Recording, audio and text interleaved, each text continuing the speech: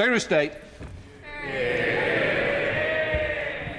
Mr. Speaker, with permission and with thanks to you for allowing me to do so at this late hour, I wish to make a statement to update the House on today's US operation and on yesterday's Coalition of the Willing summit in Paris. Today, the US conducted a military operation to intercept the motor vessel Bella 1 in the North Atlantic on its way to Russia. The UK, at the request of the US, supported this operation as part of global efforts to crack down on sanctions busting and shadow shipping activity. The Bella 1 was falsely flagged. It was falsely flagged and subject to US counter-Iran sanctions. The vessel refused to comply with the US's exercise of its sanctions jurisdiction on the 20th of December, after which the US Coast Guard vessel Monroe pursued the ship across the Atlantic. This is a sanctioned, stateless vessel which carries a long history of nefarious activity and shares close links with both Iran and Russia. Following a request from the US, I authorised the use of UK bases and the deployment of Royal Navy and RAF assets to support the operation, including airborne surveillance and the RFA ship Tide Force. This was a US operation. No UK personnel took part in the boarding. And I can update the House, Mr. Speaker, the operation is ongoing, but the Bella 1 is now under the control of US forces who demonstrated immense courage and professionalism in dangerous and deteriorating Atlantic Sea conditions. A stateless vessel, Mr. Speaker, may be lawfully intercepted and subjected to the law of the interdicting state. The US's enforcement action was based upon counter-Iran sanctions aimed at stopping Iran from fueling instability through the profits of illegal oil sales. The UK supported this action to achieve three objectives. First, to enforce counter-Iran sanctions. Second, to tackle the global security threat posed by expanding shadowy maritime activity. And third, to reinforce British Homeland defence and security in this era of rising threats. Mr. Speaker, let me expand. First, in 2024, this vessel was sanctioned by the US and subjected to a seizure warrant for illegally transporting Iranian oil. It reflagged 5 times in the last 5 years and was falsely flying the Guyana ensign when it was intercepted by the US. Over a 4-year period, reports suggest that this vessel moved some 7.3 million barrels of Iranian crude oil, the proceeds of which have used to finance terrorism, threat and instability across the world. And the Iranian regime continues to export violence across the region through its proxies and its partners, including Hamas, Hezbollah, the Houthis and Iraqi militias. It maintains support for Russia by supplying Putin with weapons for his brutal invasion of Ukraine, including the Shahid mass drones and missiles which target and kill Ukrainian civilians. And it is telling, of course, that this vessel, in an attempt to evade the seizure warrant, changed its name and tried to adopt the Russian flag. Second, Mr. Speaker, the UK also supported this military operation to counter the expanding global security threat. The vessel is part of an increasing web of shadow shipping that fuels and funds instability across the world, that undermines global trade, and that threatens our national security. We know Russia operates a vast shadow fleet of its own to bankroll its illegal invasion of Ukraine. And last year, it's estimated that Russia sold $100 billion worth of sanctioned oil, money directly funding attacks on Ukrainian citizens, such as the onslaught during Christmas, involving 600 missiles and drones, which killed at least 3 people. We owe it to the Ukrainians to step up action on these shadow operations. And we are. This is why we're deterring, we're disrupting, we're degrading the Russian shadow fleet as a priority for this government. And to date, we've imposed sanctions on 544 vessels. According to estimates, sanctions against the shadow fleet by the UK and our partners have forced 200 ships off the seas, almost half of the Russia shadow fleet's overall capacity. While Russia's critical oil revenues are now down 27% compared to October in 2024. This is the lowest since the start of its full-scale invasion. So let me speak plainly, Mr. Speaker. The UK will not stand by as malign activity increases on the high seas, and alongside our allies, we are stepping up our response against shadow vessels, and we will continue to do so. Third, Mr. Speaker, this is not just about international security, but about the threats to British national security too. Iran presents not only a persistent danger to security in the Middle East, but to us here in the UK. It poses a significant espionage threat, it sustains an aggressive cyber attack campaign against us, and as our own House of Commons Intelligence Security Committee reported, since 2022, the Iranian regime has plotted at least 15 assassination or kidnap attempts on British soil. Meanwhile, more widely across Europe, we're seeing a pattern of flagrant maritime activity coordinated by Russia. So I applaud and welcome the fact that the Finnish authorities seized a Russian shadow vessel suspected of damaging a communications cable under the Gulf of Finland last week. And we've exposed the Russian spy ship Yantar operating in our waters, surveying our undersea cables. And of course, by assisting our US allies in taking this ship off the seas, we are protecting the British people and our nation. So this is a stark reminder that our world is changing, it is less predictable and more dangerous. And this operation and the Shadow Fleet show the global links between the security threats faced by the UK and its allies.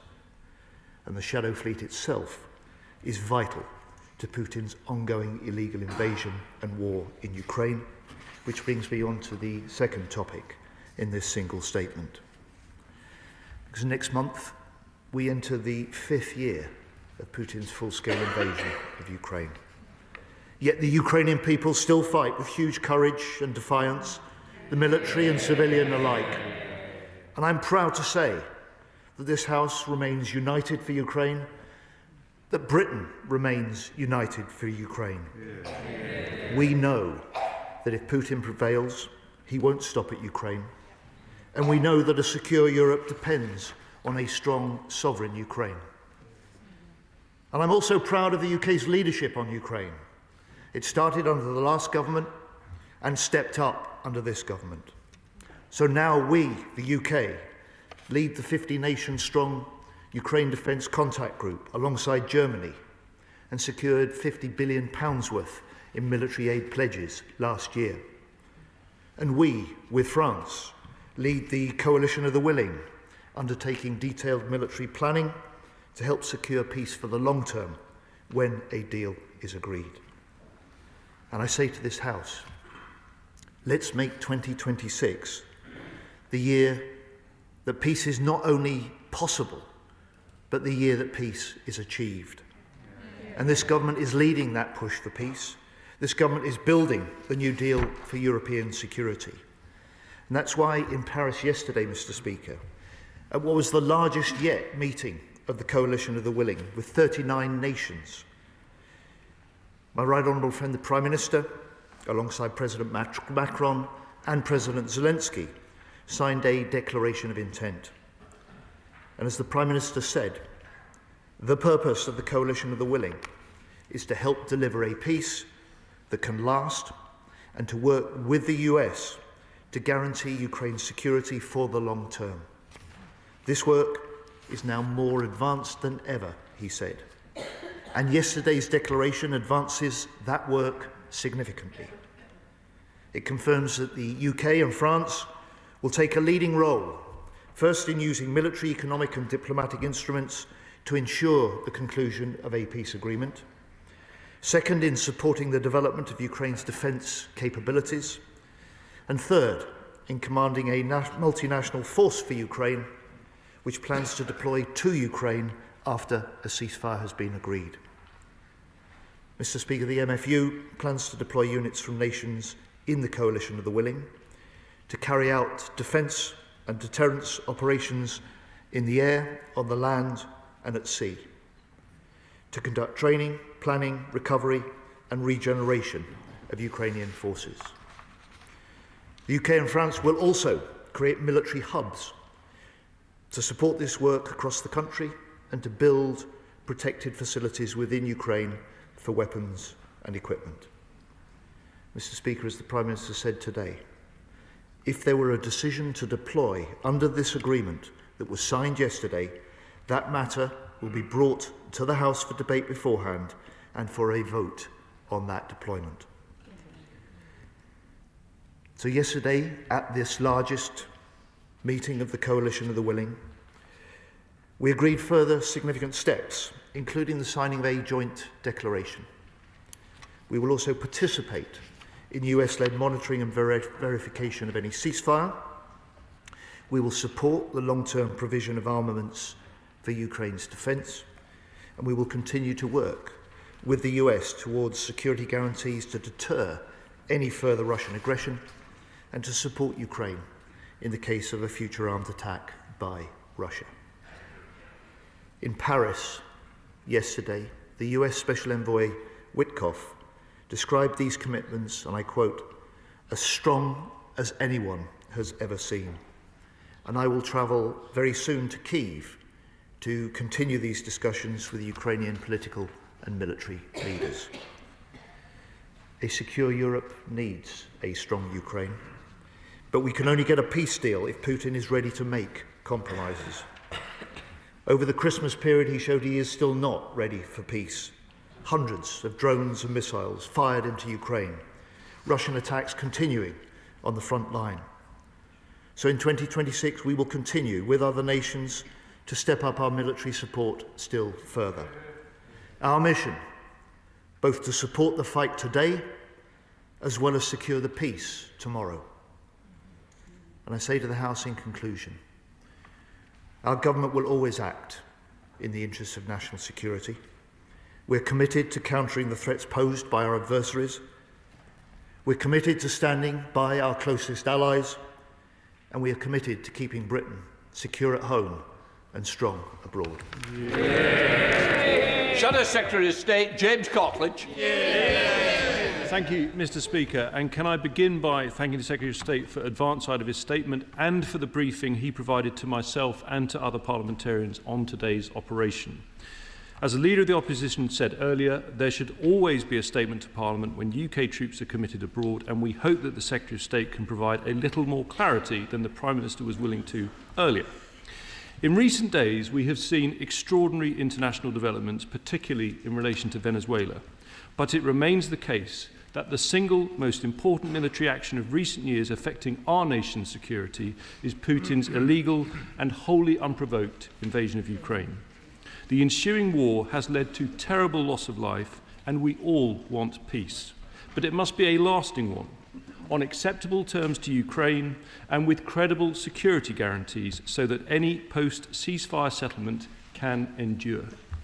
As such, having led the way in supporting Ukraine at the outset of the invasion, and as the Leader of the Opposition said earlier today, we will absolutely support any efforts to help bring peace to Ukraine.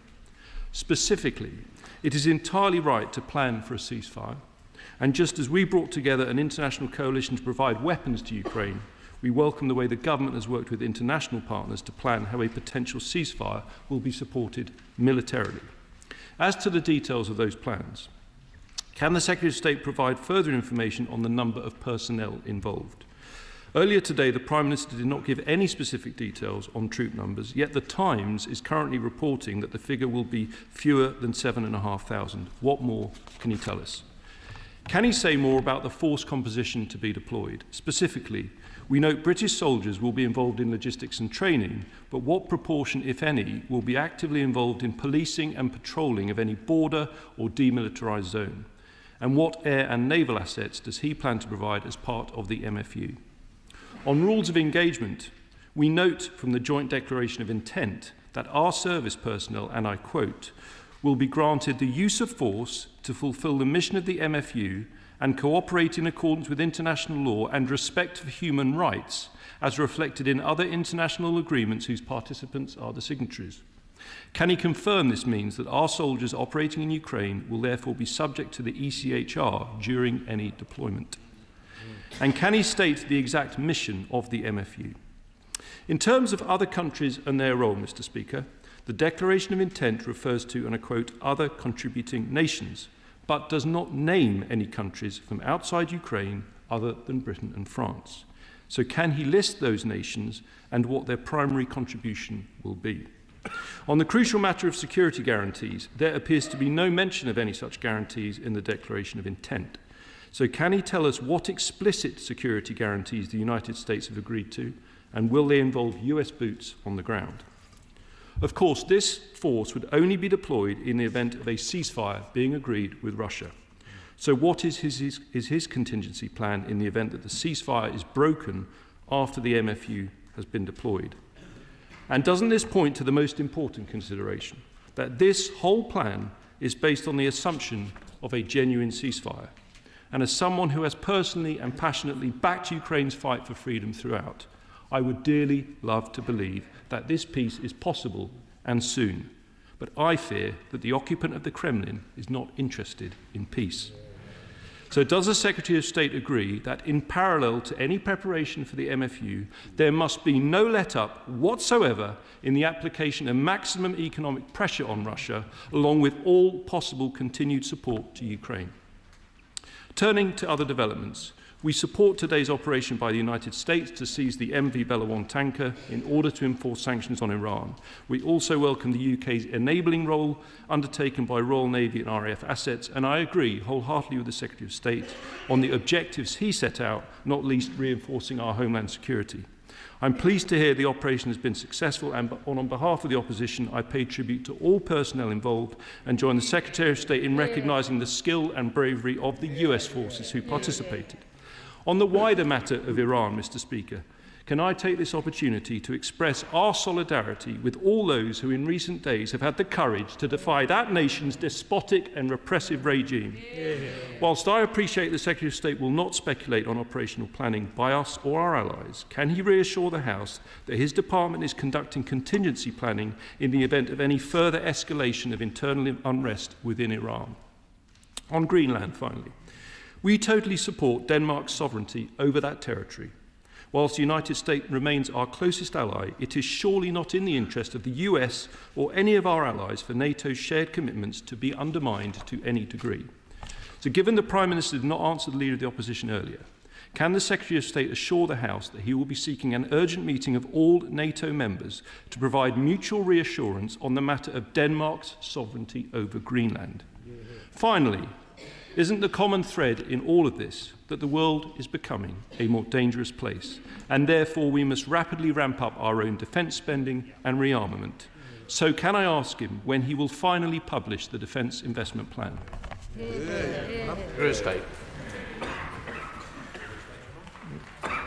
Mr. Speaker, we are working flat out on the Defence Investment Plan. We will complete it and publish as soon as we can. On Greenland, the sovereignty of Greenland is not at issue. It is clearly Denmark sovereignty. It is clearly Greenland and Denmark are part of NATO. Its security is guaranteed by its membership and by all 32 nations of NATO. And any decisions on the future of Greenland are a matter for the citizens of Greenland and for Denmark. Mr. Speaker, let me turn to his more extensive questions and points about the declaration of intent yesterday and the situation in Ukraine. I welcome his commitment to seeing a lasting peace, a just peace, and I welcome his support for that. He pledged his support for all efforts to bring peace to Ukraine, and I welcome his support for our work in doing so. On the detailed questions, I'm simply not, and he as a former defence minister will well understand this, going to go into details about the nature of the activities in the deployment, the numbers of troops that are likely to be deployed to Ukraine, or the details of the commitments that other nations have made. The finality of that will depend on the details of the peace deal. The Honourable Gentleman quite rightly said we will deploy only in the circumstances of a ceasefire and a peace agreement, and to disclose, let alone to debate those sort of details, will only make Putin wiser. On the question of the deployment in future of any British forces, I'm proud to say that whenever British forces deploy, and whenever they deploy abroad, they meet the highest possible standards of international law and professionalism, and they will continue to do so. And in the numbers of nations committed and involved in the planning of the coalition, as the Prime Minister has said, and I've said in my statement today, yesterday's meeting was 39 strong. It was the largest meeting of the coalition of the willing yet. And I think yesterday's declaration of intent is not just signifying an advance in our work towards the security guarantees and peace. It signifies a gathering momentum behind that. I just say to the Honourable Gentleman this: whilst he welcomes our support for efforts and pledges his own support for efforts to bring peace, he questions aspects of this deployment, aspects of this coalition of the willing, when his own leader has still not publicly backed the coalition of the willing, has still not publicly said she would support the future of the multinational force for Ukraine. And if and when she does so, then we will gladly see that as support for the security of Britain, the future of Ukraine, and the strengthening of our work with allies. Finally, the Honourable Gentleman said that Putin isn't interested in peace. He's quite right to say that we will not let up, and we should not let up, on intensifying the economic pressure. Part of my statement that dealt with the Shadow Fleet was a part of that. We should not give up or let up in increasing the pressure on Putin through the military aid and the military support we provide to Ukraine. And I can tell the House that I will co-chair alongside the German Finance Minister the next meeting of the Ukraine Defence Contact Group. We will do that at NATO next month, when we will be looking to ensure that we see the strongest possible pledges in stepping up support for Ukraine, both to keep in the fight today, secure the peace for tomorrow throughout 2026.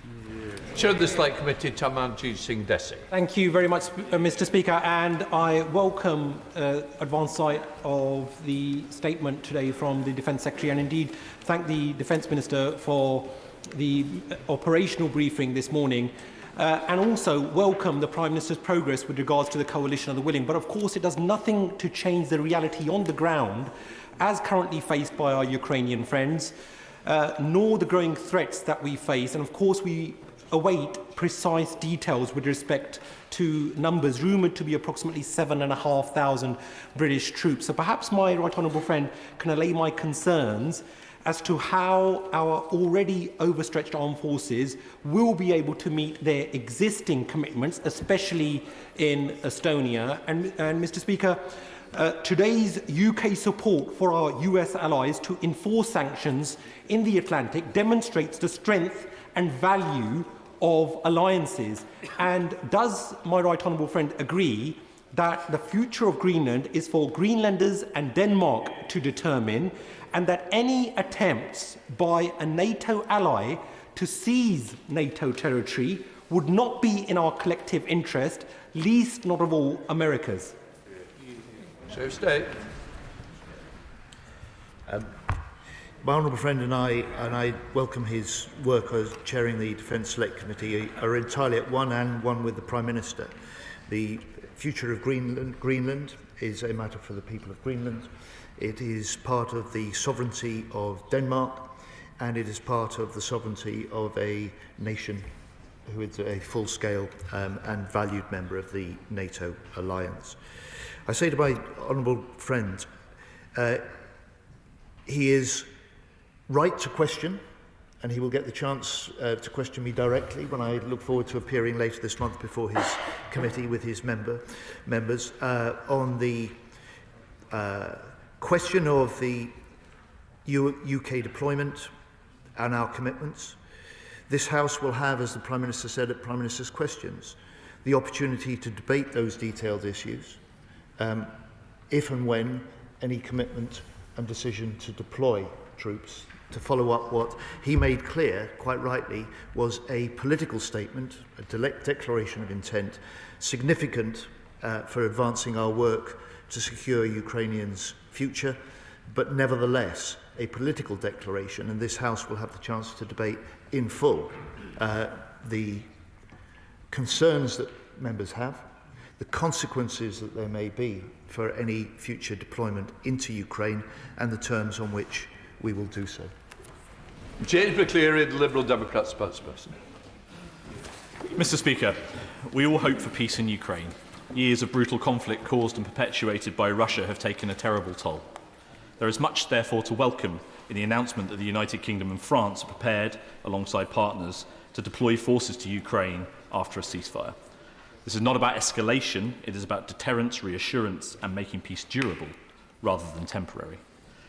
We have been clear that Ukrainians are not just fighting for their own freedom, but for all of Europe. In return, we should be prepared to secure and make durable a fair peace deal. We should be clear about the purpose. Any deployment must be focused on defending Ukraine, strengthening deterrence, and supporting Ukrainian forces, not fighting a new war, but preventing the old one from restarting. It must sit firmly within international law, with clear rules, oversight, and the consent of this House. That matters even more at a time when trust in American guarantees is under strain, when rhetoric about annexing Greenland escalates, or when international law is treated as optional. Europe has a responsibility to step up in defence of principles that underpin our security. So does the Secretary of State accept that this announcement and other global events intensify the urgent need to increase defence spending to 2.5% and beyond? The Paris Declaration states that the force would only be deployed after a credible cessation of hostilities. Can the Secretary of State give some detail on what that means in practice? If it refers merely to a ceasefire, would British troops be expected to conduct combat operations if hostilities were to suddenly resume? Today's US operation to seize a Russian-flagged tanker supported by the UK reminds us of the deep and enduring security partnership our two nations have built. It is important and it is worth defending, but not at the cost of our values and our principles. The Shadow Fleet is one of the primary ways that Russia is funding its war in Ukraine. Legal action to diminish that fleet is welcome and stands in contrast to US actions in Venezuela, which represent a blatant breach of international law. So does the Secretary of State recognise this distinction? And is he prepared to guarantee that UK bases will not, in any circumstances, be used to facilitate operations that breach international law, including any attempt to invade or annex Greenland? Secretary of State. Well, Mr. Speaker, in my statement, I think I made clear that I took the decision to allow the US forces to base themselves in the UK because we took an assessment about the legal basis and the purpose for the planned US operation. That is our responsible thing to do. So I think the Honourable Gentleman should have absolutely no concern on that front. He rightly says that the Shadow Fleet is one of the primary ways in which Putin is funding his illegal invasion of Ukraine. That is why we are stepping up action on the Shadow Fleet, developing further military options and strengthening coordination with allies. And in many ways, he's right also to say that Ukraine is fighting for the rest of Europe. They are fighting for the same values. They're fighting for the same hopes and aspirations to be a country free to determine their own future. And on the circumstances of any deployment, the Prime Minister has been clear, and I've been clear to this House a number of times in updates on the coalition of the willing military planning, that the decision to deploy, the military plans that are prepared, will come into action in the circumstances of a peace deal being agreed.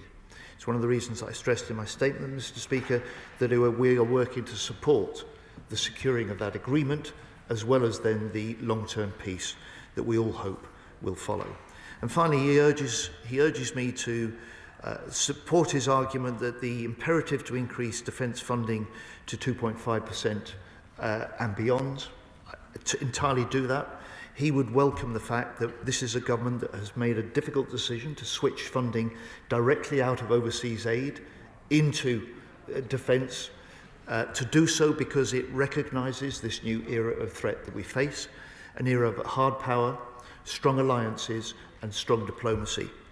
And finally, just to say to him, we are doing that at least 3 years before anyone expected us to do so. We have an ambition and a commitment then to move that beyond to 3%, and we have made that commitment, that solemn commitment, alongside all other 31 nations in NATO alliance, that we will spend 3.5% on core defence, a total of 5% on general defence and national security by 2035.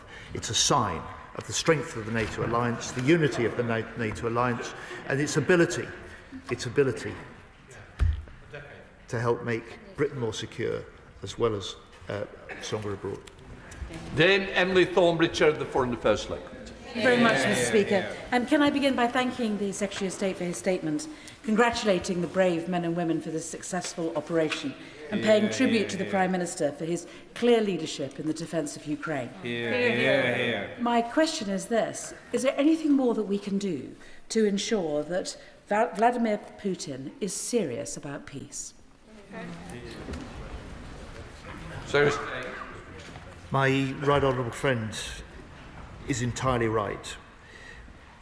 There's one man that stands between the continuing war in Ukraine, the continuing civilian deaths and attacks on domestic infrastructure, and that is Vladimir Putin. There's one man that has talked of peace but has yet to demonstrate that he's serious about doing what he says. Important steps, to answer my honourable friend's question, are keeping up the economic pressure on Putin. It's beginning to tell on his economy, it's beginning to tell on his oil revenues, it's beginning to tell on his people. And at the same time, we make clear that we will step up our collective military aid to Ukraine, as we are doing. And finally, we make clear, as this House has always said, we will stand united for Ukraine as long as it takes. Rishi Sunak. Thank you, Mr. Speaker. Can I thank the Defence Secretary for his statement this evening? And on Ukraine specifically, can I commend him, the Prime Minister and the Government for their continued efforts? I think this whole House will be proud of how Britain has led on this from the very beginning. The future of Ukraine, and indeed the security of Europe, is an issue of vital UK national interest, a point he and others have made. Now, I believe three prerequisites for a lasting peace in Ukraine are: firstly, a Western military presence there; secondly, credible and durable security guarantees; and thirdly, a well-armed and resourced Ukrainian military. So in his work with allies in the weeks ahead, will he ensure that any ceasefire or peace agreement does not give Russia a veto in any of those three vital areas? Secretary of State.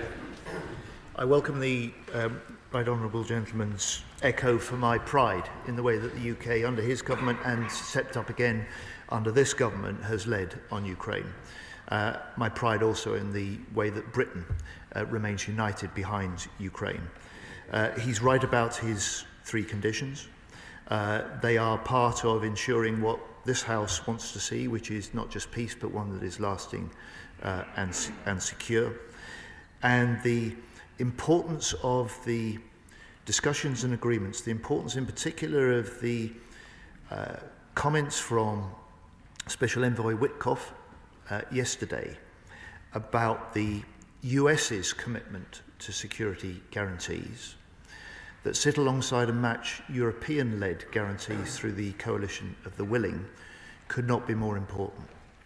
And they will form the basis of the confidence that President Zelensky can have in going into the negotiations. We hope that they will add extra impetus to those negotiations, and in the end it will be a matter for President Zelensky and the Ukrainian people, the deal that they strike with President Putin, and in the meantime we lend all the support we can to President Trump, doing what only President Trump can, which is potentially putting the pressure on Putin, bringing the parties together and trying to broker the deal that will finally put an end to this terrible war.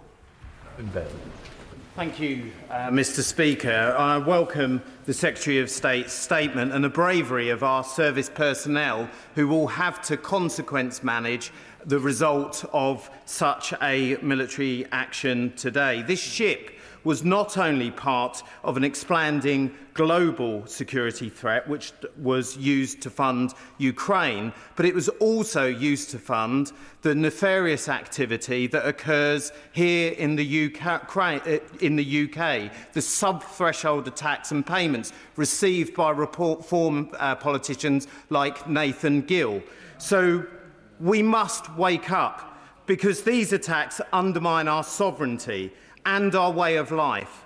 And so it's asinine that the opposition uses moments like this to progress false arguments about the ECHR in rules of engagements for events that we aren't presently at. So would the Secretary of State agree with me that it is imperative that the opposition stand up and show on which side it is and sack its shadow Attorney General? Secretary of State.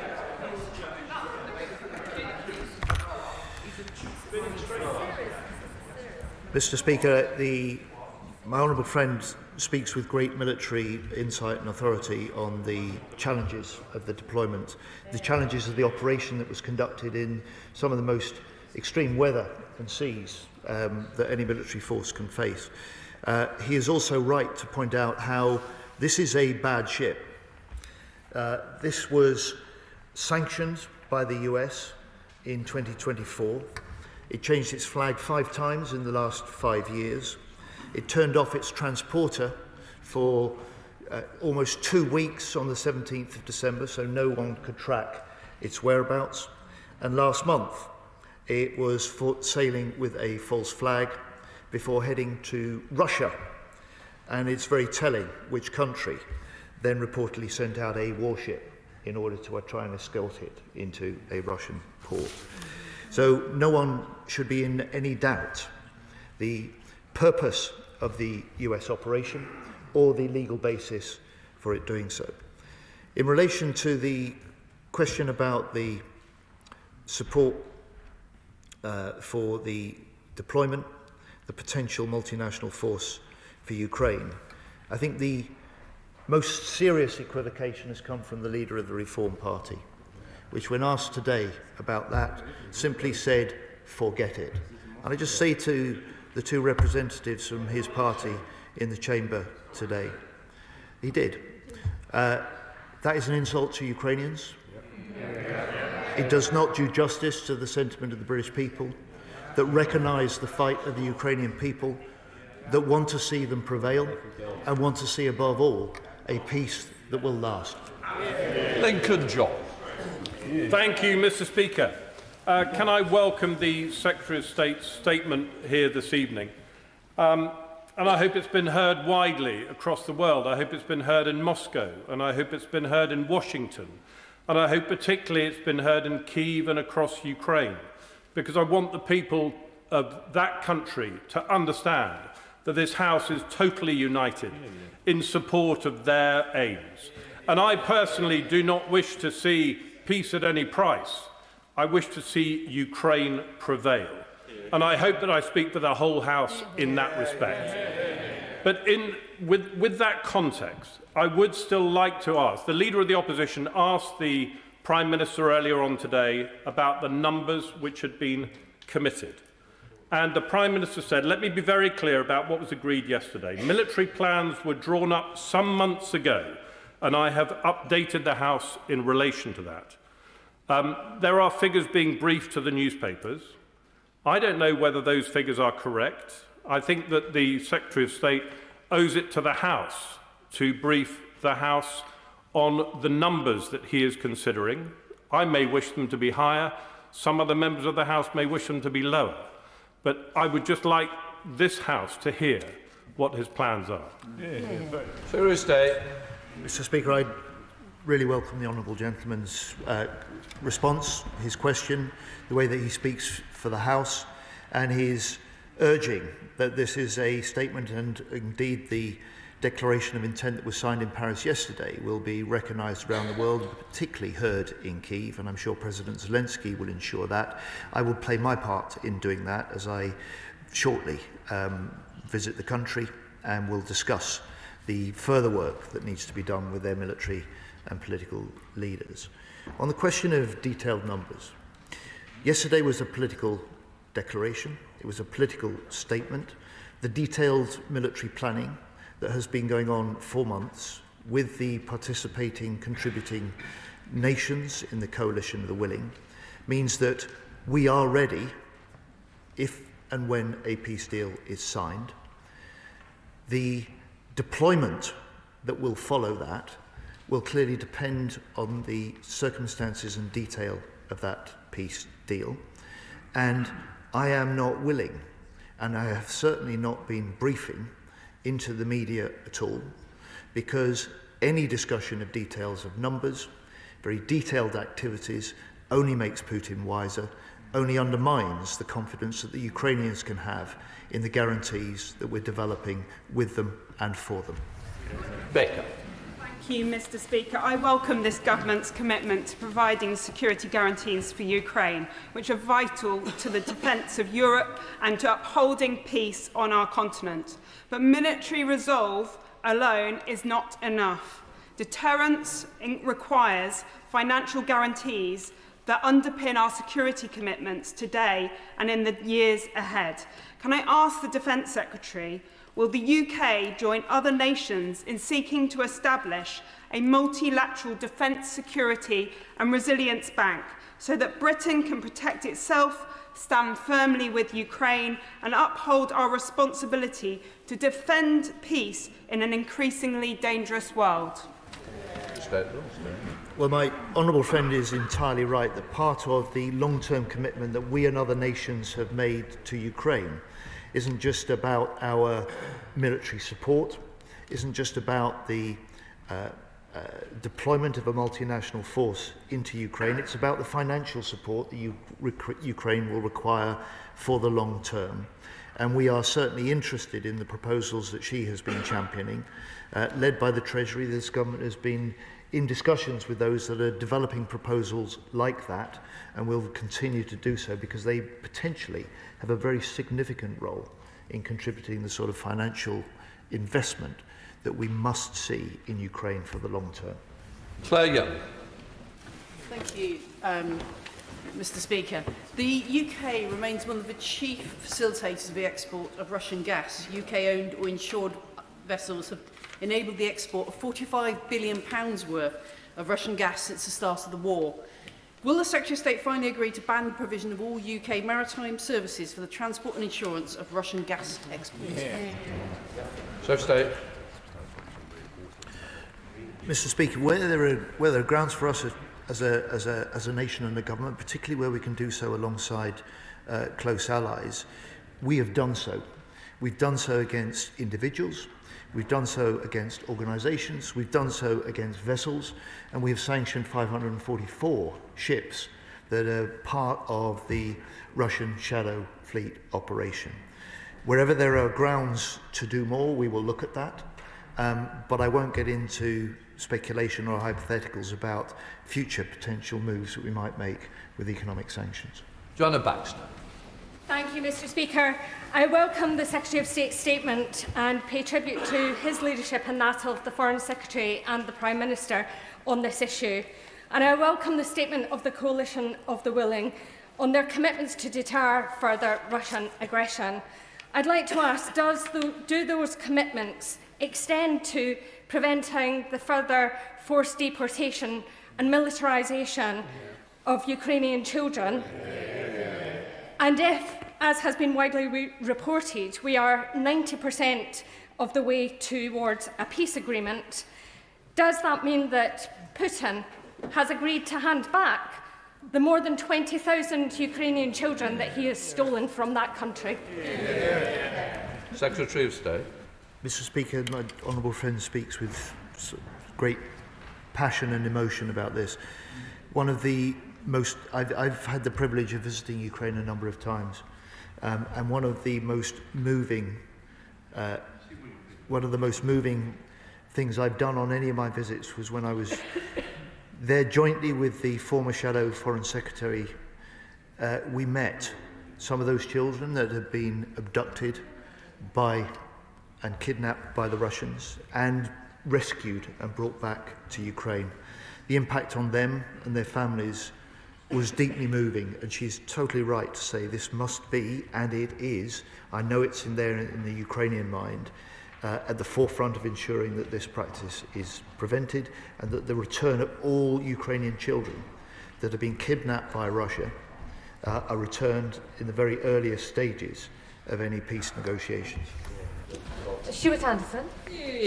Thank you, Madam Deputy Speaker. I welcome the Secretary of State coming to the House to update us on the commitment made by the Prime Minister last night. But I want to put on record, I express serious concerns about the commitment to put British troops on the ground. And I say so. Over the last 30 years, I do not believe we have learnt enough lessons of how to pull troops out of locations. On some of those deployments I've been on, we could potentially be setting the UK forces up for a long-term sustainable conflict or peacekeeping over in Russia where we don't have the resources to do that sustainable. We need to look at things like funding, troop deployments and numbers, increasing the armed forces to do this. And the outgoing SACEUR at NATO believed that a full-scale global conflict would come between 1 and 3 years of cessation of fighting in Ukraine, where if that is the case, and many others believe that, our troops will be right in the front line. We'll go from peacekeeping to full-scale war because we put ourselves in there. Well, the honourable gentleman speaks with military experience, and he's one of the authoritative voices in this House, so I respect what he says, and I would just say respectfully to him, that is exactly why the Prime Minister has said and confirmed today that the in the circumstances of any decision to deploy UK troops into Ukraine as part of the leadership and commanding of the multinational force for Ukraine, this House will have the chance to debate that. It will have the chance to vote on it. Dame Leah Griffith. Thank you very much indeed, Madam Deputy Speaker. Well, I very much welcome the Prime Minister's leadership in the signing of the Declaration of Intent, but the vicious attacks by Putin on Ukraine over Christmas suggest that peace is still a long way off. So I wonder if my right honourable friend would update us on the military aid and support that we are providing to Ukraine, and can he give us reassurances that where there are depletion of stocks, they are being backfilled? Secretary of State. Yes, indeed, Madam Deputy Speaker. I believe I can, to my honourable friend.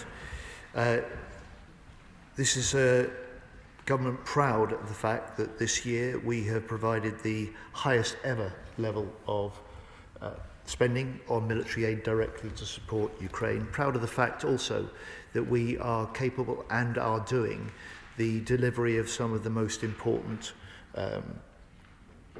military equipment that they need, for instance, air defence systems and missiles. And proud also that we work especially closely with the Ukrainians to help them develop new systems, new missiles, new weapons, to try and stay one step ahead of the Russians, and we will continue to do that. Mark Pritchard. Thank you, Madam Deputy Speaker. I welcome the Defence Secretary's statement today, but I just want to press him a little bit on the issue of a vote in Parliament. His statement, page 5, is pretty much the same as the Prime Minister's. I would expect that will be brought to, quote, the House for a debate beforehand and for a vote on that deployment.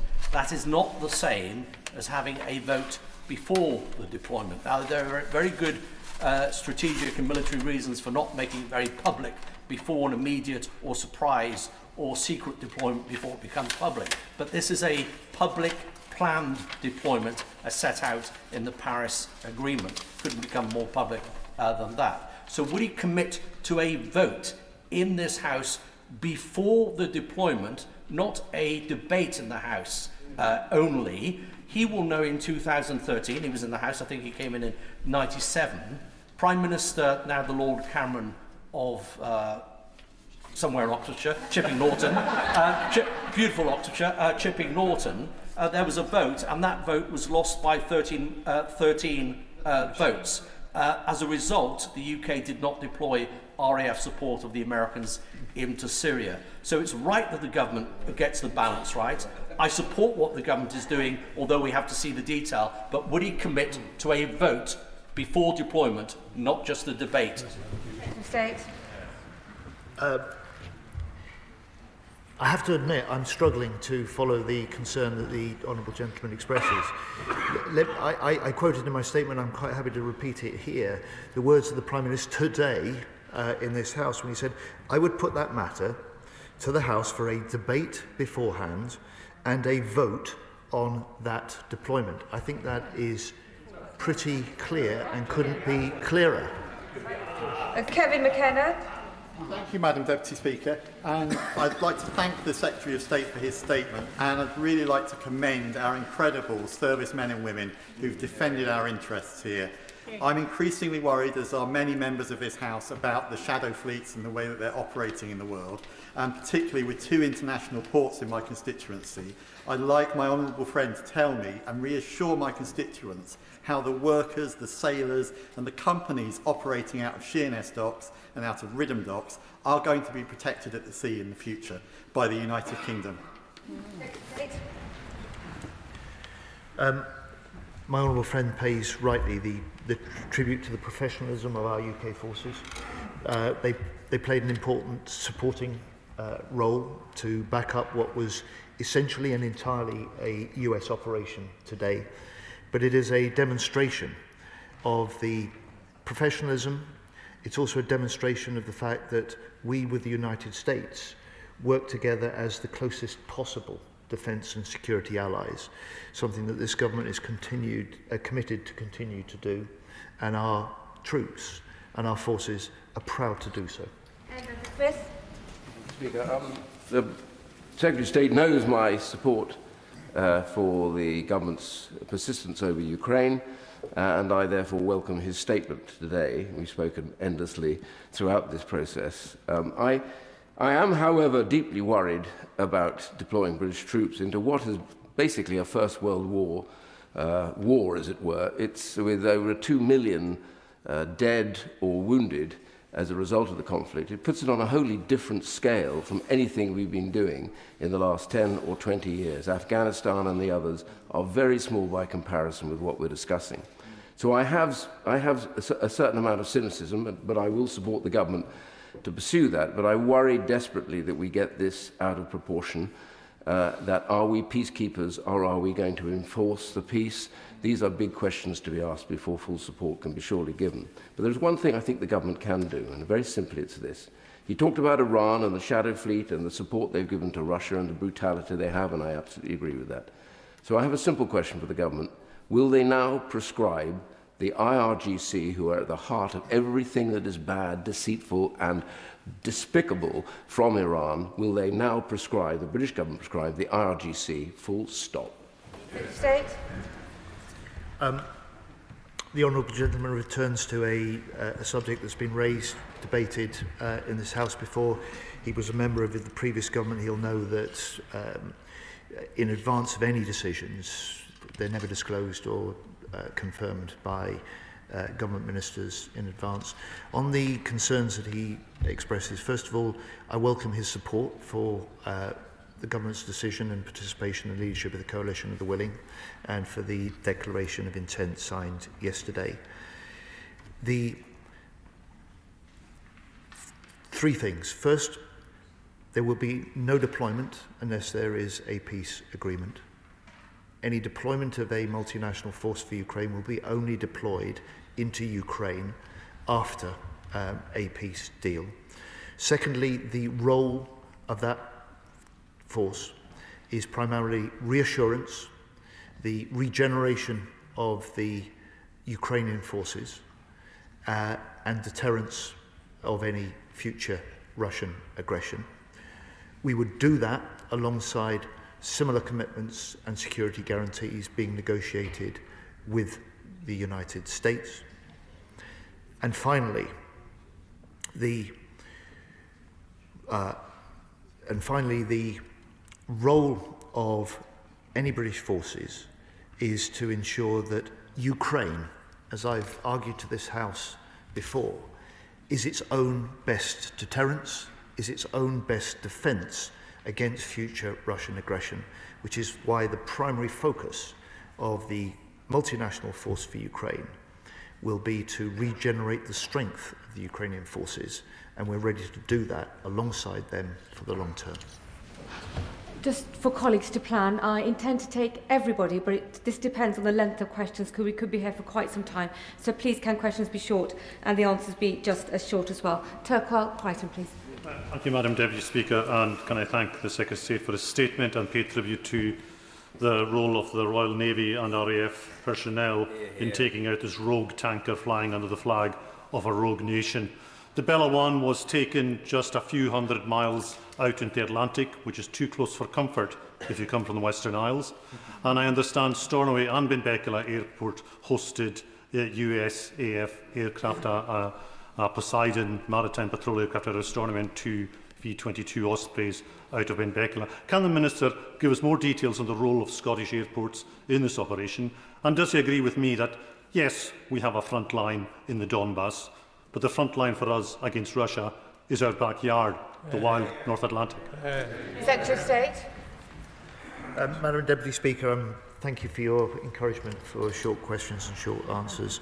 My honourable friend is right on both accounts. Part of the British and European front line is in the Donbass. He's equally right that part of the front line for this nation and for NATO is the North Atlantic. And I am proud of the way that Scotland makes such a considerable contribution to the security of this country. And I'm proud of the way that part of the basing that was important for the US operation was indeed also in Scotland. Again. Speaker, I wholeheartedly endorse the resolve across this House to continue to help Ukraine to prevail against this aggression, and by extension, therefore, commend the Armed Forces personnel who enabled and assisted the US in this very slick interdiction of a rogue vessel, a key element of the funding of Russia's war in Ukraine. There are other challenges in the high north as we speak. Our allies in the United States are very concerned about the vulnerability, apparently, of Greenland to Russian and Chinese aggression. What discussions has the Secretary of State had with our partners in the Jeff nations about discussing with the Greenlandic peoples and the government of Denmark about how the Jeff may deploy to Greenland to allay those US fears? Secretary of State. Madam Deputy Speaker, I'm sure that the US and the US military will welcome the strong support from the Scottish nationalists for their operation, and the congratulations the honourable gentleman offers, and I shall ensure that the UK Secretary for War is aware of those. Look, on the question of the forgive me, I forgot. On the question of Greenland, quite simply, look, I've been in contact with the Danish Defence Minister. The Prime Minister was very clear in the joint declaration that he signed yesterday in Paris.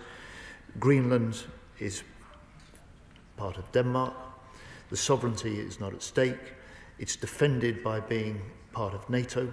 Its security is guaranteed by all 32 nation states, and any future for Greenland is that a matter for the Greenlanders alone and those of the citizens of Denmark. Luke Meyer. Thank you, Madam Deputy Speaker. I welcome this government's decision to increase defence spending to the highest level since the Cold War, and the Teesside Defence and Innovation Cluster stands ready to support the national interest. But will the Defence Secretary do everything possible to ensure that across the defence industrial supply chain it is British steel being used, so that national security is also economic security for Britain too? Secretary of State. I welcome my honourable friend's observation that national security is founded on economic security. Economic security is dependent on strong national security, and as an MP from the proud steelmaking town of Rotherham, I'm very conscious of the commitment that this government has made and the imperative to ensure that as much as possible of what we procure through defence and more widely within government uses, whenever we can, British-produced steel, which is amongst the finest in the world. Barclay. Thank you, Madam Deputy Speaker. The Defence Secretary refused to say when the Defence Investment Plan would be published. And there's a tension between the statement talking about the immediacy of the growing threats and the lack of urgency on funding as other areas of government are prioritised. Does he recognise that other nations are moving now on funding? And why is the government complacent on funding that it is prioritising other departments over moving now on defence? Secretary of State. Well, I certainly don't accept the right honourable gentleman's characterisation. We've made a commitment as a new government, an extra $5 billion into defence. We've made the commitment to 2.5% of GDP 3 years before his own unfunded commitment at the election. We will raise that further. And as far as the work on the Defence Investment Plan, we are dealing, of course, with a programme that we inherited from his own government that was overcommitted, it was underfunded, it was unsuited to the threats that we now face. But we are working flat out to complete that Defence Investment Plan, and I will publish and report the details of that to the House as soon as I can. Natalie Fleet.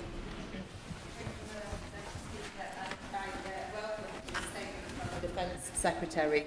I also welcome comments from across the House on how the Prime Minister has been conducting himself and leading the coalition of the willing.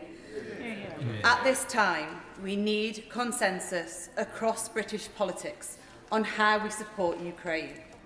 Does the Secretary of State agree with me that no British politician should ever be taking bribes from Russians or advising Russian nationals on how to avoid sanctions for money that should be used to support Ukrainian people? I do agree with my friend, and the actions that she speaks of bring discredit on the party of Putin. It brings discredit on this country. And I also welcome her comments on the importance of cross-party support and support throughout the United Kingdom for the actions we're taking to support Ukraine. Richard Tice.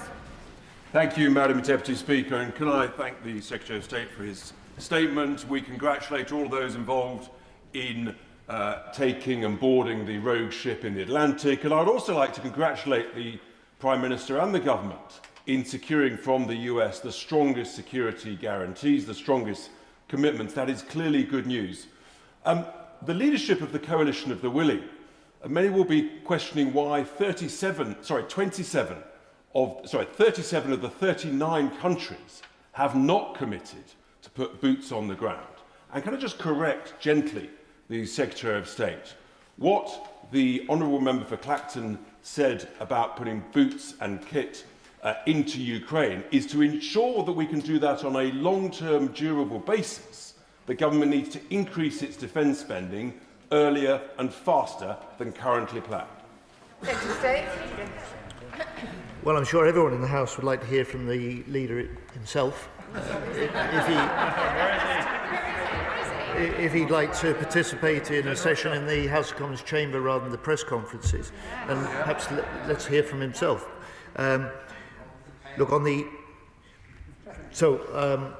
say beyond that, I welcome the fact that he is here. I welcome his support for the actions the government is taking, and he is completely right to point to the importance of the US statements in public and the Special Envoy Witkoff that said that these security protocols that are being discussed and being developed and agreed with the US and with us and with Ukraine are as strong as anyone has ever seen. Patricia Ferguson. Thank you, Madam Deputy Speaker, and I thank my right honourable friend for his statement and thank him and the Prime Minister for their leadership in this issue.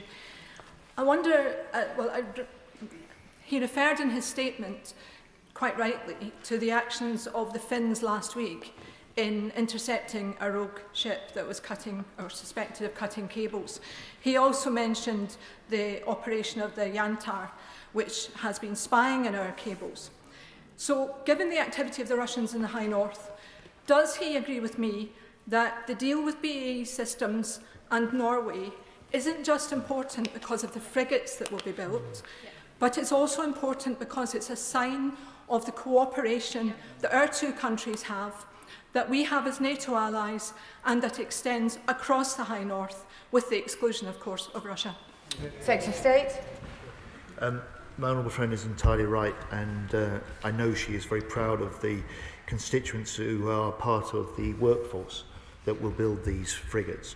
This isn't just the biggest ever British warship export deal. This is going to set a new standard of countries, Norway and the UK, that are prepared to be able to combine and integrate their forces, and by doing so we'll be in a stronger position to help deter Russian aggression and reinforce the security of the High North in future years. Andrew Morrison. The Defence Secretary said that one of the functions of the MFU will be to deter aggression, but you only have a deterrent if you have the willingness to engage kinetically, backing it up. So if this matter comes back to the House for a vote, will he be clear on the rules of engagement for the deployment of our troops? Will the status of forces agreement with Ukraine be explicit? And does he envisage the triggering of the Reserve Forces Act in order to sustain the sorts of numbers that have been floated in the press today? State.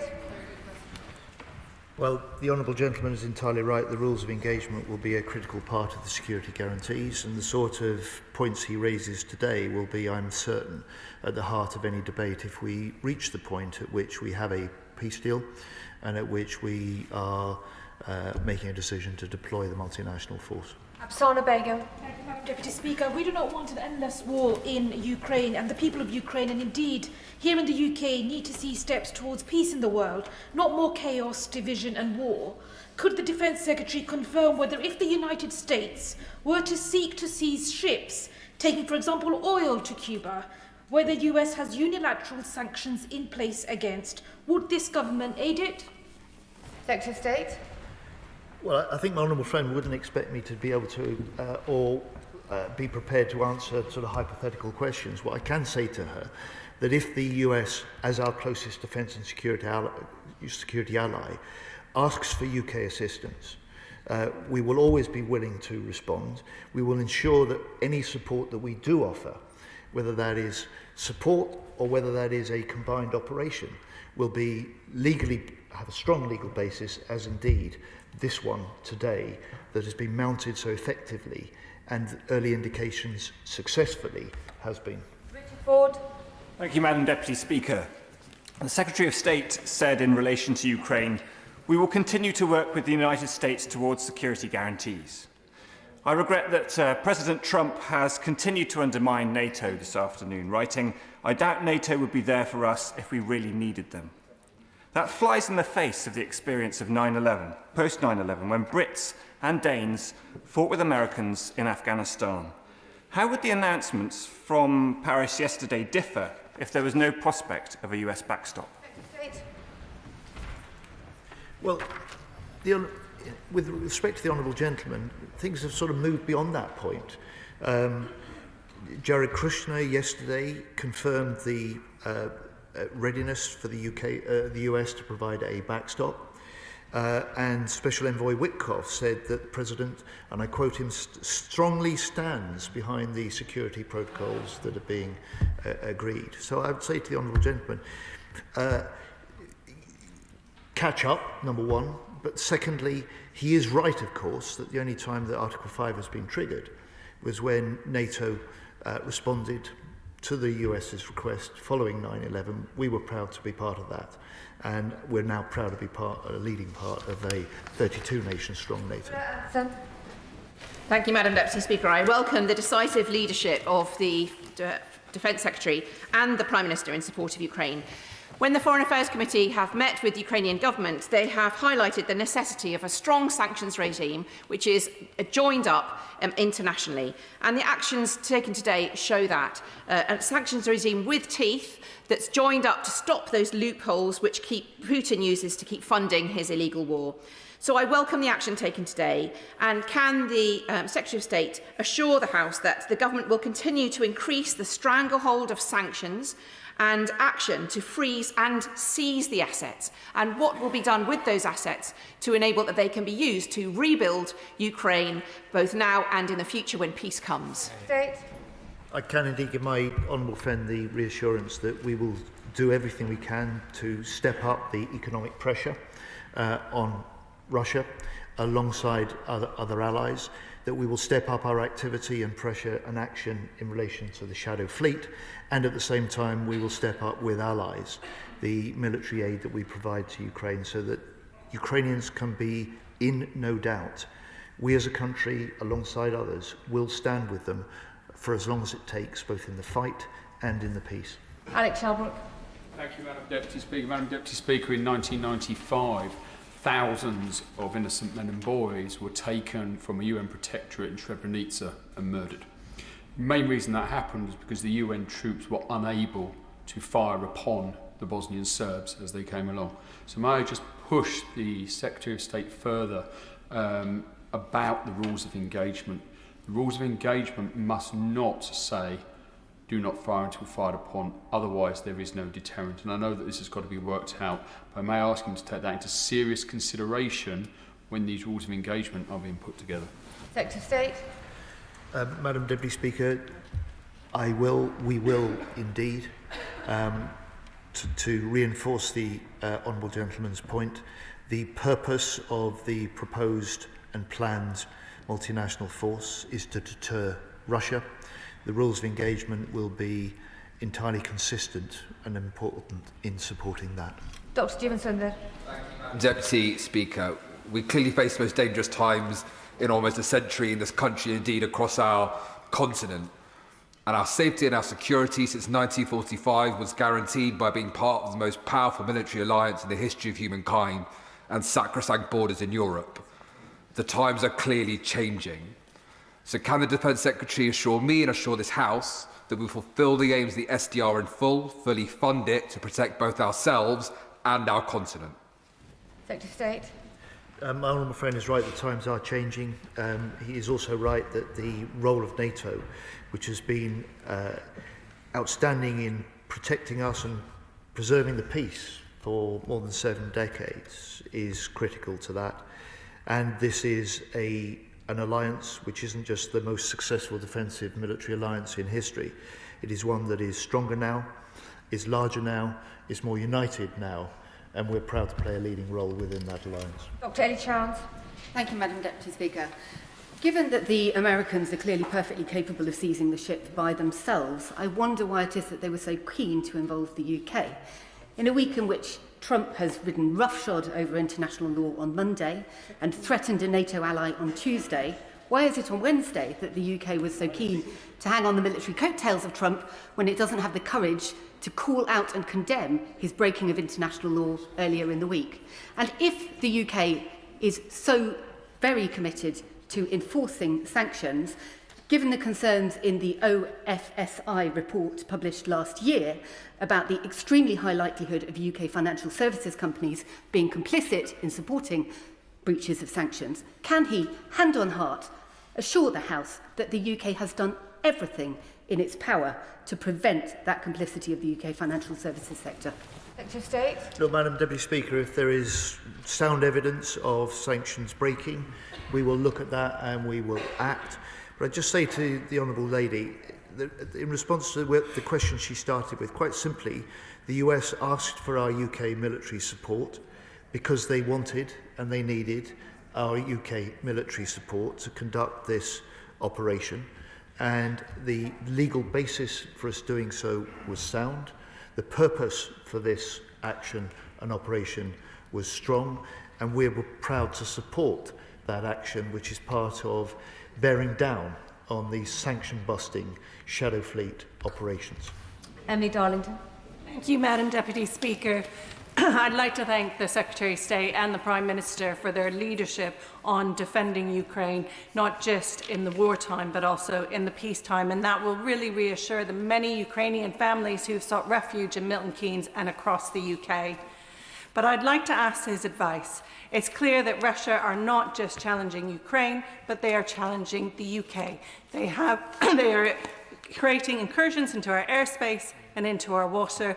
They are using cyber attacks to undermine us, and they are using social media to undermine our democracy. What advice would he give the British public in terms of creating vigilance against those Russian attacks that we are seeing increasing over and over on the UK?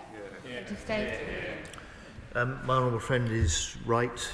This rising Russian aggression isn't just directed at the UK. At the same time as fighting a war in Ukraine, Putin is testing the boundaries of other NATO nations like the UK.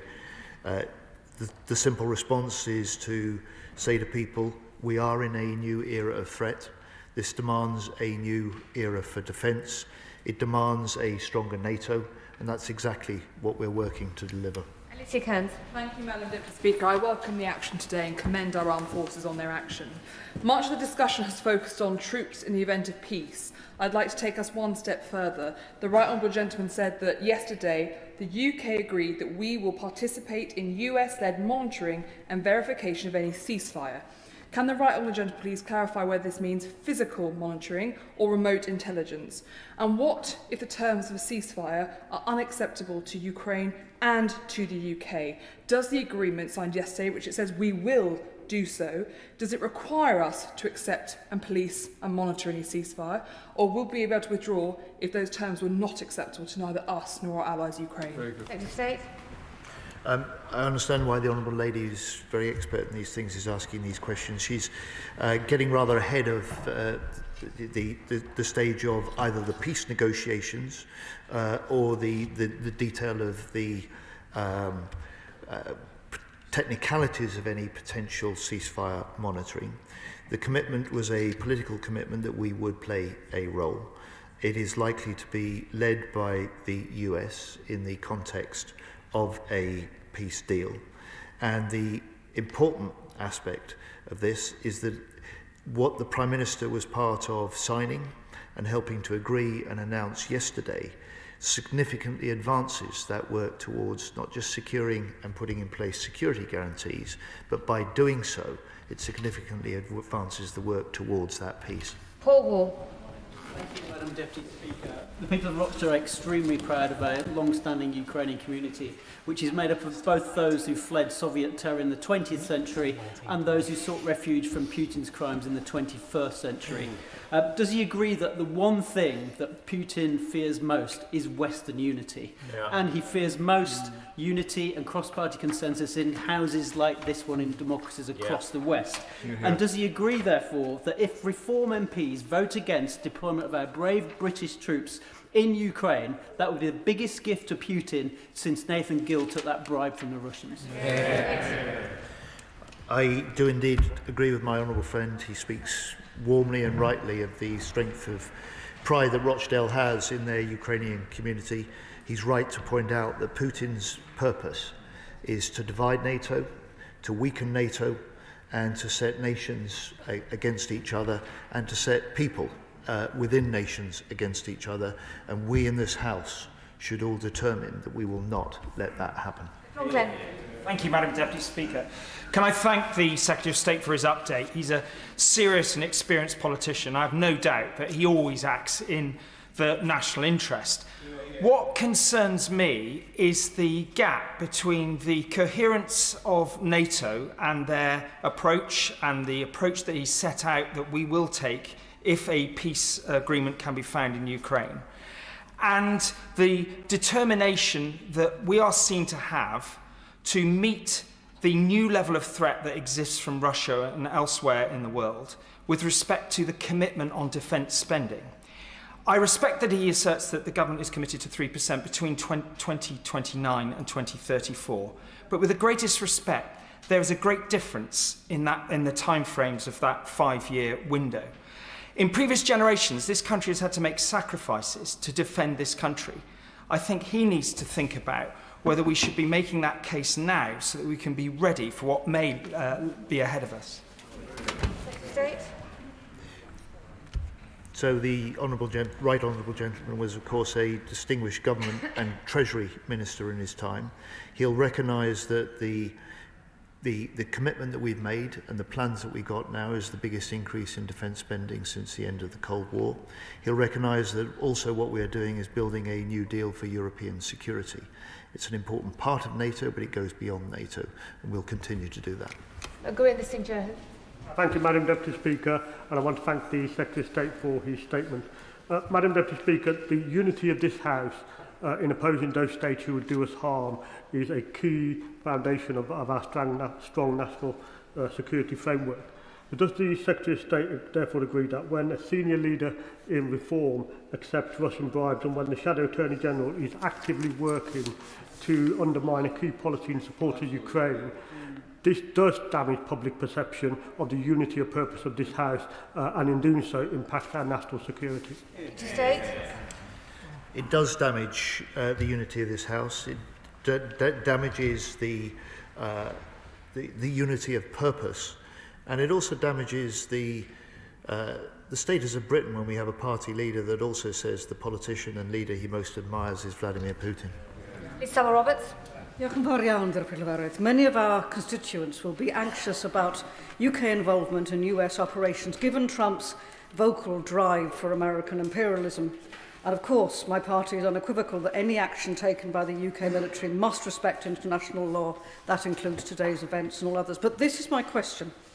With oil further politicised following the US seizure of the Bella 1, with UK support, what steps will be taken to secure critical UK oil and port infrastructure at key sites such as Milford Haven and Holyhead, given recent global developments in energy and shipping? I thank the Honourable Lady for that question. I think if she considers and reflects on the Strategic Defence Review that we published in June, it set out a very strong case, not just for the rising threats, but also for action to step up our defence of the Homeland. And that Strategic Defence Review sets out the vision that we will pursue and the action that we will take over the next 10 years. Dr. Peter Prinsley. Thank you, Madam Deputy Speaker. I welcome the statement of the Government this evening. And I am proud that Suffolk is home to one of the largest air bases in this country. Now, British military families have been in contact with me this afternoon, very alarmed at the deterioration in the security situation. So what reassurance can the Minister give to them? Secretary of State. Well, I'd say to my honourable friends' constituents, those who are serving in the military, that is quite widely shared, a growing anxiety that underlines the recognition of the new threats that we face, and it argues for exactly the sort of commitments to defence funding. It argues for the strategy that this government has set out and the action and decisions that we're now taking. And I hope his constituents will support both the Prime Minister's declaration of intent in Paris yesterday because of the importance of Ukraine to our long-term security, and I hope they will also support and recognise the professionalism of the US operation on the Bella 1 today. Julian Lewis.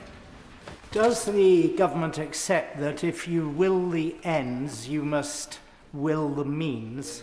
The end of the Cold War has been mentioned a number of times. It is a fact that at the end of the Cold War, we were spending 4.3% of GDP on defence, 3.5% under the old way of calculating it. And in the early years of the Cold War, we were spending in excess of 7%. So can the Secretary of State at least indicate to the House what is the earliest year in which a Labour government anticipates spending 3% of GDP on defence? Secretary of State. Madam Deputy Speaker, of course, at the end of the last Labour government, we were spending 2.5% on defence, a level that the 14 successive Conservative years came nowhere near matching. So we have a job to make up for that lost time. We have a job to make up for the hollowed out forces that the previous government left. And the commitment that this government has made alongside other NATO allies in 2020-35 to see a path to ensure that we spend on our security and core defence a full 5% of GDP alongside allies is our guarantee for strong defence and deterrence in the future. Thank you, Madam Deputy Speaker. For 5 years against Russian aggression, Ukraine has been bravely defending not only its own border but also the eastern flank of Europe. And so security guarantees for Ukraine are also security guarantees for all of Europe. Given this, does my right honourable friend share my concern that the leader of Reform today suggested that he would vote against those security guarantees? Secretary of State. I do indeed. My honourable friend is right, because a secure Ukraine is at the heart of a secure Europe and at the heart of a secure UK. And that will be a consideration, I think, for all members of this House if we get to the stage where we have a peace deal and we have a decision to deploy and command the multinational force in Ukraine. Vicky Slade. Madam Deputy Speaker, President Trump is supposed to be working on a peace deal for Ukraine, but has been so much more focused on invading Venezuela and making threats against Greenland. So what assurance can the Minister give to the House on the US continued commitment to getting a deal in Ukraine, and what contingencies are in place to revisit the EU-led proposals should they be necessary? I have no doubt, and I'm surprised the Honourable Lady has any doubt about the determination of President Trump to help secure that peace deal in Ukraine. In fact, he has a role to play that only he can play in making that potentially possible, and I think it's our job to lend every support we can, both to the Ukrainians and to the US, in securing that peace deal. Noah Law. Thank you, Madam Deputy Speaker. Yes. What's proposed today is a peacekeeping force. I wonder if the Secretary, as I do, wonders when the leader of Reform will cease his adulation of Putin, ensure there are no further traitors among his ranks, support this peace process in Ukraine and stand up for British interests. Just to be clear to my friend, the primary purpose of the multinational force for Ukraine is not peacekeeping. It is there to reassure Ukraine, it's there to regenerate and help them rebuild the strength of their military for themselves, because in the end it is Ukrainian forces that are their own country's best deterrence and best defence against potential future Russian aggression. John Whittingdale. Thank you, Madam Deputy Speaker. Given Russia's stated refusal to accept any deployment of NATO troops on Ukrainian soil, is there a danger that this agreement will actually make Russia less likely to accept a settlement and it will instead step up their military campaign? If that is the case, can the Secretary of State say whether there was any agreement amongst the Western allies about how we can massively increase the pressure on Russia, perhaps through further sanctions and their strong enforcement, as we have seen in the last 24 hours? Well, the right honourable gentleman tempts me to try and comment on hypothetical what-ifs. What I can say is that security guarantees that have been agreed at this point are an essential element of any potentially successful peace negotiations, and those negotiations will test, and if they reach agreement, will test what at the moment Putin says is his approach to Ukraine and the future of Ukraine. Amanda Martin. Thank you, Madam Deputy Speaker, and I'd like to thank the Secretary of State for his statement and leadership. As the member for Portsmouth North, the home of the Royal Navy, I want to pay tribute to all of our armed forces and to ask the Secretary of State whether he agrees that continued strong UK leadership from our Prime Minister and commitment and consensus across the whole of this House with our allies is vital to enforcing sanctions on Russia and strengthening security and achieving peace in Ukraine, and in doing so, Madam Deputy Speaker, ensuring security in my port city and in Britain too. Secretary of State. Madam Deputy Speaker, I warmly welcome my honourable friend's support for the statement and the wise words that she set out for the House today.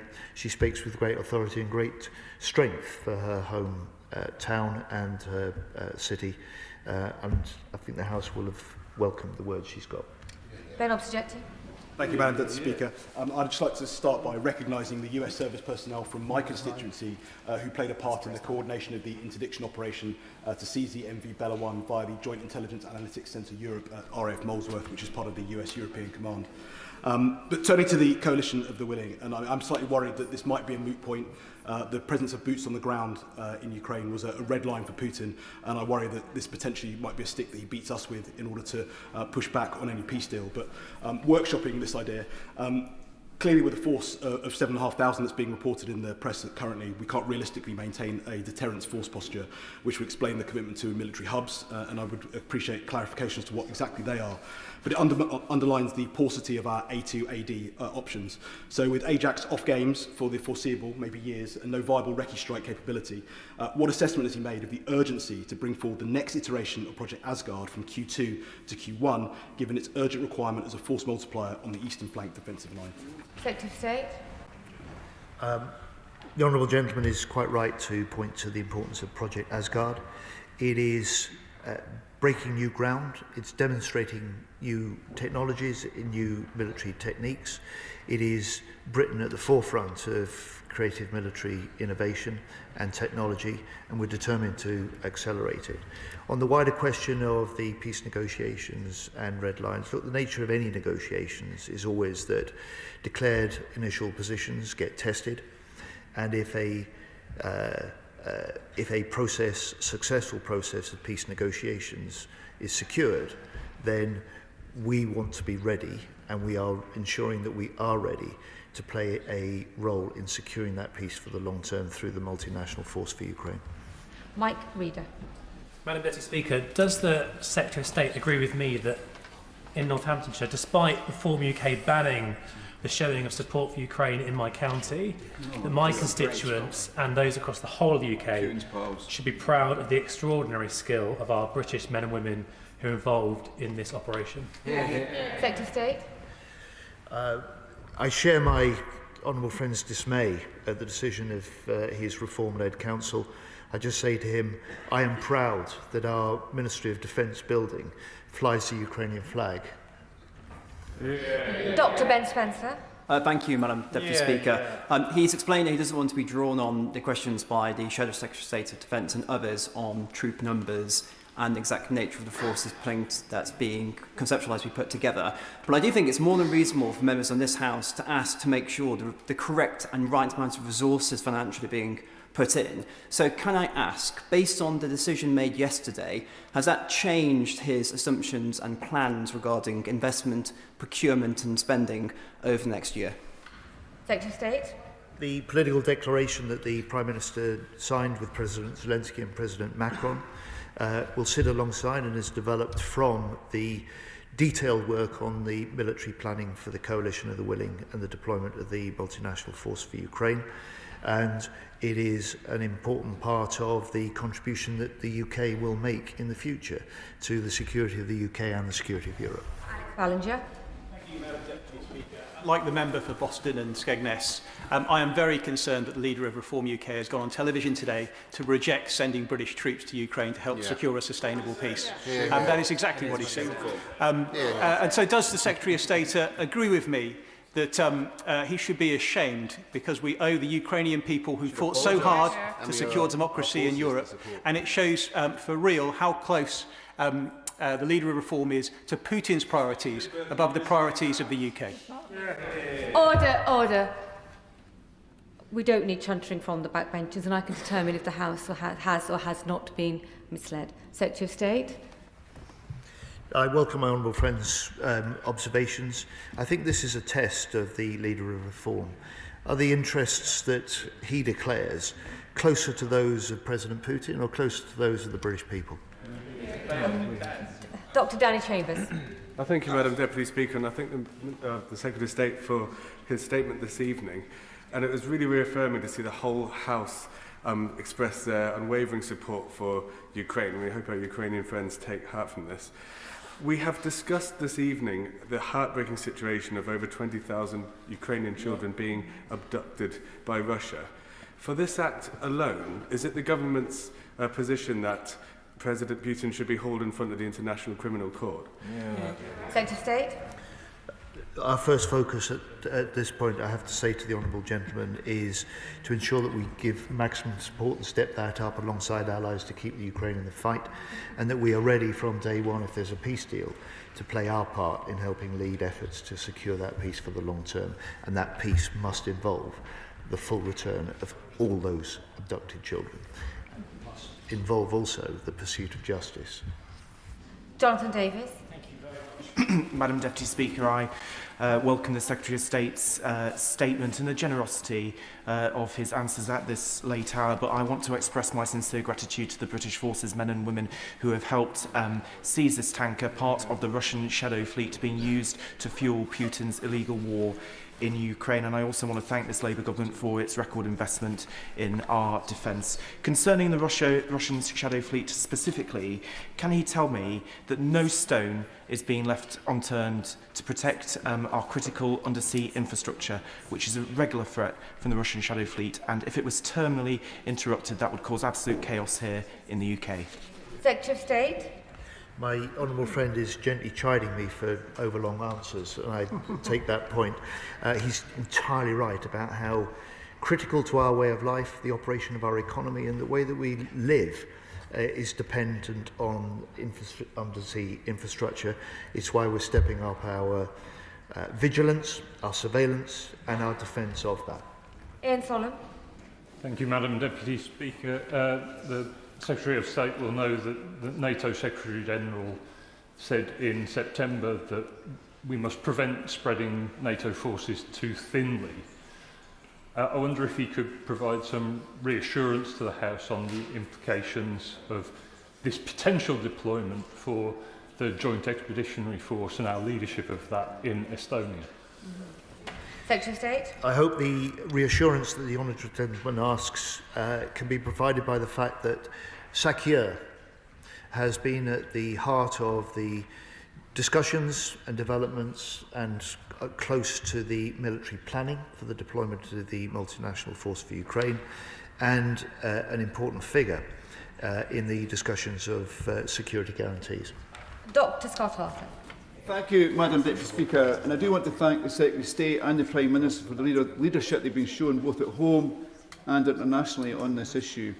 And I also want to pay tribute to 3 rifles from Edinburgh South West who deployed to Finland late last year and were training right up to the border with Russia with their brothers and sisters from the Finnish Army.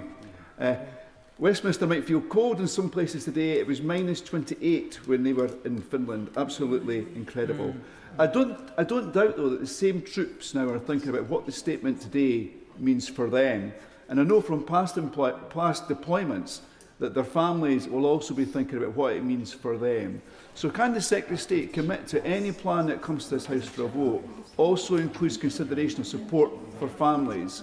And if troops are deployed for Scotland, that will include input from Forces Children Scotland. Thank you. State. Madam Deputy Speaker, we are going out of our way as a government to ensure that our British forces and their families can feel that we're a government on their side, that we take seriously and we want to hear their voices. And it's one of the reasons that we have already legislated for a new Armed Forces Commissioner that will be the independent challenge to government, to ministers, and the independent voice to those forces and their families. Shannon. Thank you, Madam Deputy Speaker. Can I thank the Secretary of State very much for his statement? I think we're all very encouraged by the Secretary of State and what he said, encouraged by the Secretary of State's leadership, encouraged by this government's leadership, and it gives us heart as well, so thank you for that. Russian fighter planes counterfeiting fellow NATO countries' skies, cables under the sea being interfered and damaged by Russian forces, interfering with those Royal Navy ships on the sea and on the water and in the air. United Kingdom of Great Britain and Northern Ireland will not be messed with. It is time, Secretary of State, that Russia got a bloody nose, and today they got just that, not before time. This is a fraught international matter, and maritime laws are not my forte. However, something that I am certain of is that Russia is no ally of ours. Their words never ever meet their actions, and the sanctions need to be strengthened. Will the Secretary of State outline what discussions have taken place with the US and NATO to discuss a way forward that sends a clear message to Russia that the time of pushing boundaries is over, and today is a clear expression that we will stand firm against aggression within the confines of international law? Thank you. I welcome the honourable gentleman's congratulations for the operation, and just say to him I hope he will see that this is part of the UK working to support our closest defence ally, and the US taking action to ensure that sanctions regimes that are designed to bear down on countries like Iran and Russia for illegal shipping activity will be stepped up, will be enforced, and will help put some of the economic pressure on those nations to change their ways. Kevin Bonavia. Thank you, Madam Deputy Speaker. I also commend the Defence Secretary and the Prime Minister for their calm and determined resolve in defence of Ukraine. And beyond that, Ukraine has no truer friend than this country. Now, Putin knows that too, and that is why he would never tolerate a democracy such as ours, nor have a debate or the questions such as we've had here this evening. And because of that, he will do everything to undermine this country. So, I ask my right honourable friend, what can not only his department, but a government as a whole do to ensure that we as a country have the resilience to take whatever Russia may throw at us? Secretary of State. I'd say to my honourable friend, if he refers back to the Strategic Defence Review that we published in June last year, he will see the identification and explanation of the sort of increasing threats and risks we face, and he will see the recommendations which we've accepted and we will implement in full, including for how we deal with the need for greater resilience and the need for stronger homeland defence. Klinger. Thank you, Madam Deputy Speaker.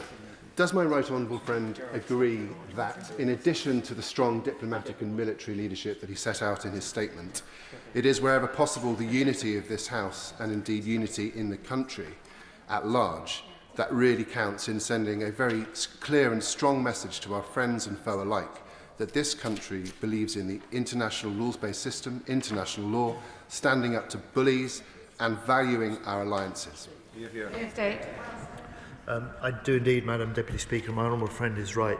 In this new era of threat, this is an era also that demands hard power, it demands strong alliances, it demands sure diplomacy, but what all of that is based on is a domestic political unity of values and unity of intent, and I'm proud of the way that the UK sets a standard for that.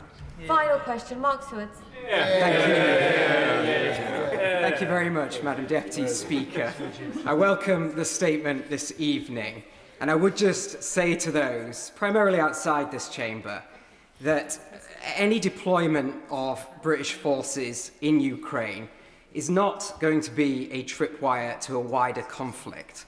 If we don't deploy those forces, if we don't put that deterrent in place, if we don't back Ukraine, if we allow Putin to take Ukraine either now or at some point in the future, that will have devastating consequences for British interests and global stability.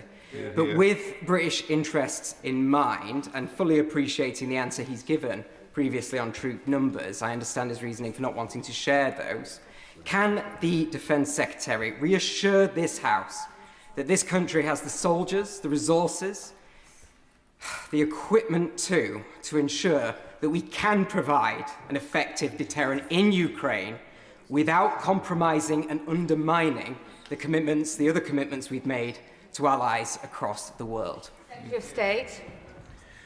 I can indeed, Madam Deputy Speaker, and in recent months I have been making sure that Defence has been putting in the investment to ensure that at the point of peace that we are ready to move, we're ready to deploy, and above all, with the safety of our forces in mind, they are properly equipped and they're properly protected to do the job. That is the end of the statement on Ukraine and wider operational update.